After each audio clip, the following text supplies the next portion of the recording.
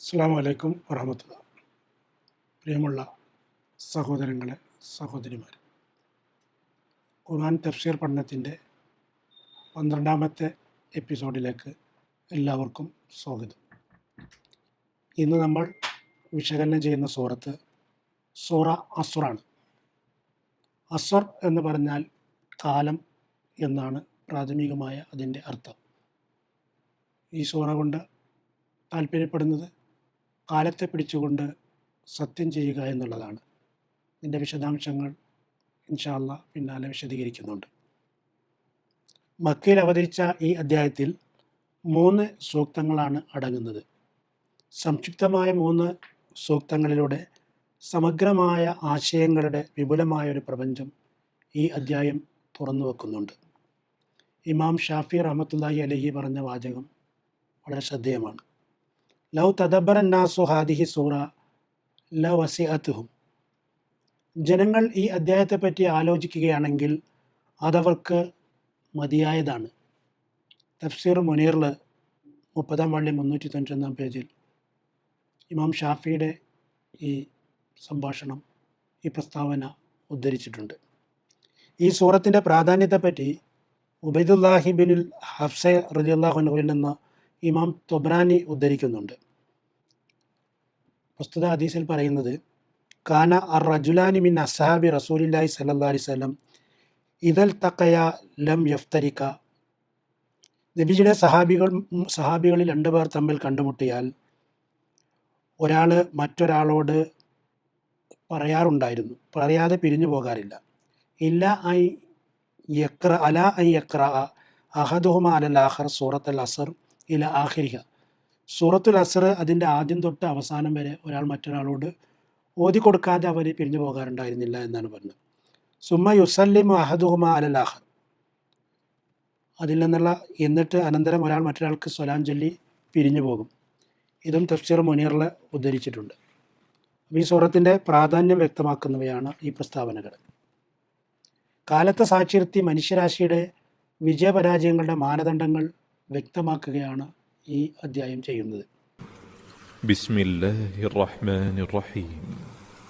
والعصر إن الإنسان لفي خسر إلا الذين آمنوا وعملوا الصالحات وتواصوا بالحق وتواصوا بالصبر. ഈ അധ്യായത്തിൻ്റെ പദവിശകലനത്തിലേക്ക് നമ്മൾ പോയാൽ, വൽ അസ്ർ, അസ്ർ എന്ന് പറഞ്ഞാൽ കാലം സാക്ഷി, അല്ലെങ്കിൽ കാലം തന്നെയാണ്. വാവ് എന്നുള്ളത് സത്യം ചെയ്യുന്നതിന് വേണ്ടിയുള്ള ഖസമിൻ്റെ വാവാണ്. ഇന്നൽ ഇൻസാന ലഫി ഖുസ്ർ. ഇന്നൽ ഇൻസാന, തീർച്ചയായും മനുഷ്യൻ, ലഫി ഖുസ്ർ, നഷ്ടത്തിൽ തന്നെയാണ്. ഇല്ലല്ലദീന, യാതൊരുവരെ ഒഴികെ, ആമനു, വിശ്വസിച്ച, വാമിലു സ്വാലിഹാത്ത്, സൽക്കർമ്മങ്ങൾ പ്രവർത്തിക്കുകയും ചെയ്ത, തവാസൗ, പരസ്പരം ഉപദേശിച്ച. തവാസൗ എന്ന് പറഞ്ഞാൽ പരസ്പരം ഉപദേശിക്കുക. ബിൽ ഹക്കി, സത്യത്തെ, ന്യായത്തെ.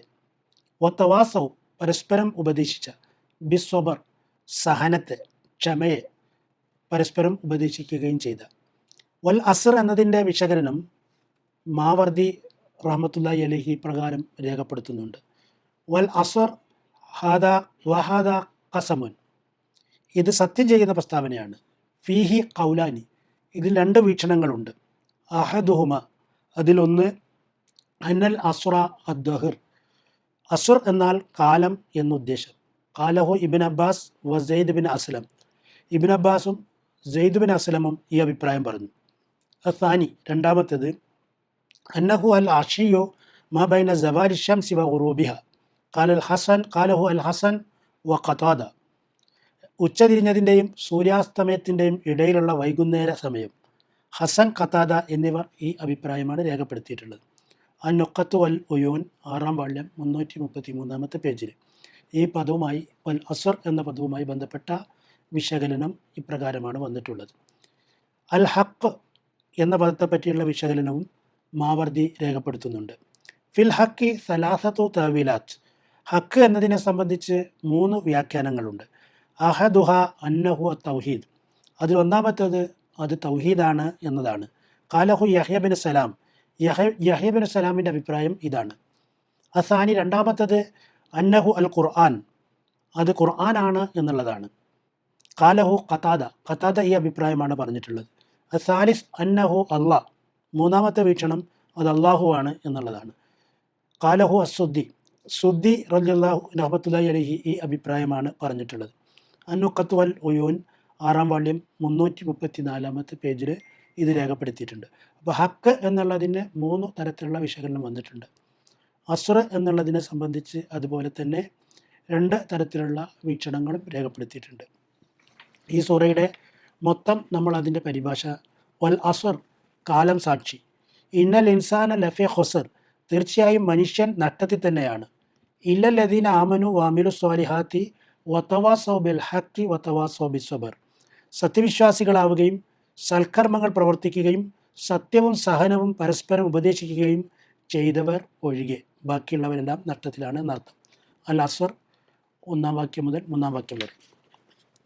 ഇതിൻ്റെ ഈ സൂറയുടെ ആശയപ്രപഞ്ചത്തിലേക്ക് നമ്മൾ വന്ന് നോക്കിയാൽ അതിനെ നമുക്ക് ഇപ്രകാരം വിശകലനം ചെയ്യാൻ പറ്റും. മാനവ ചരിത്രം കാലചക്രത്തിൻ്റെ കറക്കത്തിൽ നിന്ന് ഉത്ഭൂതമായതാണ്. അസ്ർ, കാലം അത്ഭുതകരമായ പ്രതിഭാസമാണ്. സെക്കൻഡുകൾ, മിനിറ്റുകൾ, മണിക്കൂറുകൾ, ദിനങ്ങൾ, ആഴ്ചകൾ, മാസങ്ങൾ, വർഷങ്ങൾ, നൂറ്റാണ്ടുകൾ, യുഗങ്ങൾ എന്നിങ്ങനെ വികസിച്ചു പോകുന്നു കാലത്തിൻ്റെ മാത്രകൾ. സെക്കൻഡിൽ നിന്ന് തുടങ്ങി അത് യുഗങ്ങളിലേക്ക് വികസിക്കുന്നു. കാലത്തിൻ്റെ കറക്കത്തിൽ ജനിമൃതികൾ ആവർത്തിച്ചു കൊണ്ടിരിക്കുന്നു. തലമുറകളും രാഷ്ട്രങ്ങളും ഭരണകൂടങ്ങളും സമൂഹങ്ങളും വന്നും പോയും കൊണ്ടിരിക്കുന്നു. പ്രശസ്ത ചരിത്രകാരനായ ടോയൻബിയുടെ വാദഗതി അനുസരിച്ച് ഇതുവരെ ഭൂമുഖത്ത് 20-ലേറെ സംസ്കാരങ്ങൾ വന്നുപോയിട്ടുണ്ട്. സസ്യങ്ങൾ മുളപൊട്ടുന്നു, വളരുന്നു, ഉണങ്ങുന്നു. ജീവികൾ ജനിച്ചു വീഴുന്നു, വളരുന്നു, മരണത്തെ പുൽകുന്നു. പ്രകൃതി വസ്തുക്കൾ ഉത്ഭൂതമാകുന്നു, മുന്നേറുന്നു, തകർന്നടിയുന്നു. ഓരോ നിമിഷവും കടന്നു വന്ന് ഭാവിയെ വർത്തമാനത്തെ ഭൂതവുമാക്കി മാറ്റിക്കൊണ്ടിരിക്കുന്നു. ഇതെല്ലാം കാലവുമായി ബന്ധപ്പെട്ട പ്രക്രിയകളും പ്രതിഭാസങ്ങളുമാണ്. ഭൂതകാല ചരിത്രത്തിൻ്റെ ഏടുകൾ മറിച്ചു നോക്കുക. മാനവ സമൂഹത്തിൻ്റെ ചരിത്രത്തിൻ്റെ അവശേഷിപ്പുകൾ അതിൽ കോറിയിട്ടതായി കാണാൻ സാധിക്കും. മനുഷ്യ നാഗരികത ഉദയം കൊള്ളുകയും മുന്നേറുകയും തകരുകയും ചെയ്തതും കാണാം. വളർച്ചയുടെയും തകർച്ചയുടെയും മാനങ്ങൾ 2 തരത്തിലാണ്. 1 ഭൗതിക വളർച്ചയും തകർച്ചയും, 2 ആത്മീയ വളർച്ചയും തകർച്ചയും. മനുഷ്യരാശിയുടെ ആത്മീയ തകർച്ചയുടെയും ഭൗതിക തകർച്ചയുടെയും കാരണങ്ങൾ അതീവ സൂക്ഷ്മ നിരീക്ഷണത്തിന് വിധേയമാക്കിയാൽ അവ പരസ്പരം പൂരകമാണെന്ന് നമുക്ക് കാണാൻ സാധിക്കും. മനുഷ്യരാശിയുടെ നിയന്ത്രണ കേന്ദ്രം വ്യക്തികളുടെ മനസ്സിൻ്റെ അകത്തളമാണ്. മനസ്സിൻ്റെ നിയന്ത്രണത്തിൻ്റെ താളം നിയന്ത്രിക്കുന്നത് വിശ്വാസമാണ്. വിശ്വാസം സത്യവും അസത്യവുമുണ്ട്. സത്യവിശ്വാസം മനുഷ്യ മനസ്സിന് സമാധാനത്തിൻ്റെ നങ്കൂരവും നിയന്ത്രണത്തിൻ്റെ കടിഞ്ഞാണുമായി വർത്തിക്കുന്നു. വിശ്വാസരാഹിത്യവും അവിശ്വാസവും അബദ്ധവിശ്വാസവും മനസ്സിനെ ആർത്തിരമ്പുന്ന തിരമാലകൾക്കും ആഞ്ഞു വീശുന്ന കൊടുങ്കാറ്റിനും മധ്യത്തിൽപ്പെട്ട് ആടിയുലയുന്ന കപ്പലാക്കി തീർക്കുന്നു. അത് കടിഞ്ഞാണില്ലാത്ത കുതിരയെപ്പോലെ അനിയന്ത്രിതമായി കിതച്ചോടുന്നു. അവിടെ അസ്വസ്ഥതയും അരാജകത്വവും കളിയാടുന്നു. സത്യവിശ്വാസത്തിൻ്റെ നിറസാന്നിധ്യമായി തീരുന്ന മനസ്സിൻ്റെ പ്രഭവങ്ങളിൽ നിന്ന് സൽക്കർമ്മങ്ങളുടെ മഹാനദികൾ പൊട്ടിപ്പുറപ്പെടുന്നു.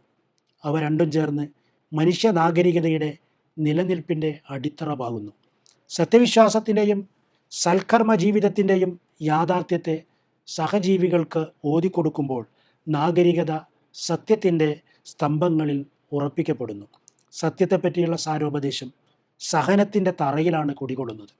സത്യവിശ്വാസം, സൽക്കർമ്മം, സത്യം, സഹനം എന്നീ 4 അടിത്തറകളിൽ ജീവിതം കെട്ടിപ്പടുക്കാൻ ശ്രദ്ധിച്ചാൽ ആ ജീവിതം വിജയകരമായി തീരും. വെയിലേറ്റ് മഞ്ഞലിയും പോലെ ആയുഷ്കാലം അതിവേഗം കഴിഞ്ഞു പോയിക്കൊണ്ടിരിക്കുകയാണ് എന്നോർത്തുകൊണ്ട് കാലത്തിൻ്റെ അനന്തമായ പ്രവാഹത്തിൽ ഒഴുകിക്കൊണ്ടിരിക്കുന്ന മനുഷ്യൻ്റെയും നാഗരികതയുടെയും മുന്നേറ്റത്തിൽ നഷ്ടപ്പെട്ടു പോകാത്ത ജീവിതത്തെ പ്രതിഷ്ഠിക്കുവാൻ വേണ്ടി പരിശ്രമിക്കുന്ന ആളുകൾ സത്യവിശ്വാസം കൈക്കൊള്ളുകയും തദനുസൃതമായി സൽക്കർമ്മങ്ങൾ അനുഷ്ഠിക്കുകയും ആ മാർഗത്തിൽ സത്യസഹന ഉപദേശങ്ങൾ പരസ്പരം വെച്ചു പുലർത്തുകയും സത്യത്തെ ഉയർത്തിപ്പിടിക്കുകയും സത്യത്തെ ഉയർത്തിപ്പിടിക്കുമ്പോൾ ഉണ്ടാകുന്ന പരീക്ഷണങ്ങളിൽ സഹനത്തെ അവലംബിക്കുകയും ചെയ്തുകൊണ്ട് മുന്നോട്ട് പോവുകയാണെങ്കിൽ അത്തരം തലമുറകളും അത്തരം ജനതതികളും അത്തരം ജനവിഭാഗങ്ങളും വിജയിക്കുമെന്നും അല്ലാത്തവർ പരാജയപ്പെടുമെന്നുമാണ് ഈ സൂറ നമുക്ക് മുമ്പാകെ വെക്കുന്ന സന്ദേശം. ജീവിതത്തിലെ നഷ്ടങ്ങളെ സംബന്ധിച്ച് മറ്റു ചില സൂക്തങ്ങളിലും വ്യക്തമാക്കുന്നുണ്ട്. ഇവിടെ പ്രസ്തുത സൂക്തങ്ങൾ നമുക്ക് ചേർത്ത് വായിക്കാവുന്നതാണ്. പരിശുദ്ധ ഖുർആൻ സൂറ മറിയം 65 വാക്യത്തിൽ പറയുന്നുണ്ട്, സൂറ സുമർ 65 വാക്യത്തിൽ പറയുന്നുണ്ട്, ലൈൻ അഷ്റക്ത ലയഹ്ബതന്ന അമലുക വല തക്കൂനന്ന മിനൽ ഖാസിരീൻ. അള്ളാഹുവിനെ നീ പങ്കാളിയെ ചേർക്കുന്ന പക്ഷം തീർച്ചയായും നിന്റെ കർമ്മം നിഷ്ഫലമായി പോവുകയും തീർച്ചയായും നീ നട്ടക്കാരുടെ കൂട്ടത്തിൽ ആവുകയും ചെയ്യും. ഇവിടെ നട്ടക്കാരുടെ കൂട്ടത്തിലാകുന്നത് സത്യവിശ്വാസത്തെ വെടിഞ്ഞ് അസത്യത്തെയും ഷിർക്കിനെയും പൊൽകുമ്പോഴാണ് കർമ്മങ്ങൾ നഷ്ടപ്പെട്ടു പോകുന്നവനായിത്തീരുന്നത് എന്ന് പറഞ്ഞിരിക്കുന്നു. മറ്റൊരു വാക്യത്തിൽ സൂറ ആറാഫ് 9 വാക്യത്തിൽ പറയുന്നുണ്ട്, ഒമൻ ഹഫത്ത് മവാസീനഹു ഫ ഉലായിക്കല്ലദീന ഖസിറു അൻഫുസഹും. ആരുടെ ത്രാസുകൾ കനം തൂങ്ങുന്നുവോ അവരാണ്, കനം കുറഞ്ഞുവോ അവരാണ് ആത്മനഷ്ടം ഭവിച്ചവർ. അഥവാ കർമ്മങ്ങളിൽ ശരിയായ സത്യാധിഷ്ഠിതമായ സൽക്കർമ്മങ്ങൾ കൊണ്ട് തൻ്റെ അമലുകളുടെ ത്രാസുകൾക്ക് കനവും തൂക്കവും ഉണ്ടാക്കാൻ പരിശ്രമിക്കുന്നവൻ വിജയിക്കുകയും അതല്ലാത്തവൻ പരാജയപ്പെടുകയും ചെയ്യും എന്നാണ് ഈ വാക്യം ചൂണ്ടിക്കാണിക്കുന്നത്. ഇതോടൊപ്പം പിശാചിനെ കൂട്ടാളിയാക്കുന്നവൻ നഷ്ടക്കാരനായി തീരുമെന്ന് ഖുർആൻ മറ്റൊരു സൂക്തത്തിൽ വ്യക്തമാക്കുന്നുണ്ട്. ഒമൻ യത്തഖിദി ശൈത്താന വലിയ മിന്ദൂനില്ല. വല്ലവനും അള്ളാഹുവിന് പുറമെ പിശാചിനെ രക്ഷാധികാരിയായി സ്വീകരിക്കുന്ന പക്ഷം ഫഖദ് ഖസറ ഖുസ്റാന മുബീന. തീർച്ചയായും അവൻ പ്രത്യക്ഷമായ നഷ്ടം പറ്റിയവനായി തീരും എന്ന് പറയുന്നു സൂറ നിസാ 119. അപ്പോൾ അള്ളാഹുവിനെ രക്ഷാധികാരിയായി സ്വീകരിക്കണം. പിശാചിനെ രക്ഷാധികാരിയായി സ്വീകരിക്കുന്നതോടുകൂടി സത്യവിശ്വാസത്തിൽ നിന്ന് അകലും. സത്യവിശ്വാസത്തിൽ നിന്ന് അകലുന്നതോടുകൂടി സൽക്കർമ്മങ്ങൾ ഇല്ലാതെയാവും. അതോടുകൂടെ ആ മനുഷ്യൻ പരാജിതനും നഷ്ടം പറ്റിയവനുമായിത്തീരും എന്നാണ് സൂറ നിസായിലെ 119 വാക്യത്തിൽ പറയുന്നത്.